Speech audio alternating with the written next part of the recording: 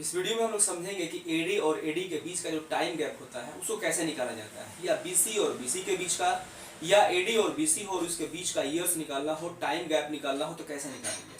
ये पिक्चर देख करके तो आप समझ ही गए होंगे, ये है ईसा मसीह जीसस क्राइस्ट। इनके जन्म से पहले के समय को बीसी या बीसी बोला जाता है। बीसी का मतलब बिफोर क्राइस्ट, बीसी का मतलब बिफोर कॉमन एरा। इनके जन्म के बाद का समय जो है उसको एडी बोला जाता है, या आजकल सीई बोला जाता है। एडी का मतलब एनो डोमिनी, सी का मतलब कॉमन एरा।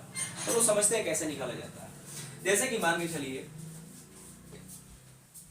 एडी 500 और एडी 1000, इनके बीच का जो टाइम गैप है, जो ईयर्स है, निकालना हो तो कैसे निकालेंगे।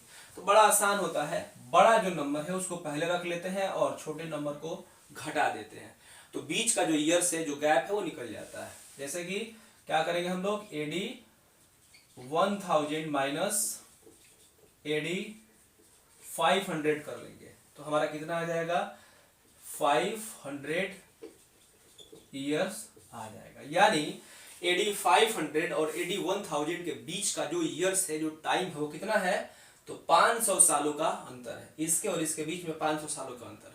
वैसे ही अगर बीसी दिया, वैसे ही अगर पूछा जाए कि 500 बीसी और 1500 बीसी के बीच का जो टाइम गैप है वो कितना है, जो ईयर्स है वो कितना है। तो इसमें भी वही करेंगे, बड़ा नंबर को पहले ले लेंगे, छोटे नंबर को घटा देंगे।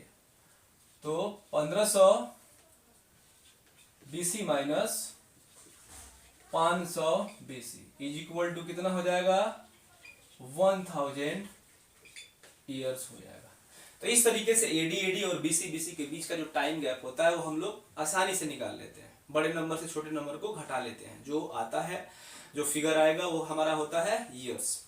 लेकिन यहां पर अगर एडी हो और बीसी दो अलग अलग हो और इसमें आपसे टाइम गैप पूछ दे, ईयर्स पूछ दे कि कितना इन दोनों के बीच का डिफरेंस हुआ, कितना ईयर्स इन दोनों के बीच में है, तो आप कैसे निकालेंगे। तो इसके लिए थोड़ा सा इसे अलग, ये मतलब निकालना इसको थोड़ा सा डिफरेंट होता है इससे। जैसे कि अगर पूछ दे कि 500 बीसी एडी 1000 एडी 1000, इन दोनों के बीच का जो टाइम है, वो जो ईयर्स है, वो कितना है। यानी इसके और इसके बीच में जो समय का अंतर है वो कितना है। तो क्या करेंगे हम लोग, तो यहाँ पे सबसे पहले दोनों को ऐड किया जाता है, सबसे पहले दोनों को ऐड किया जाता है और उसके बाद से बाद में -1 कर दिया जाता है, एक घटा दिया जाता है।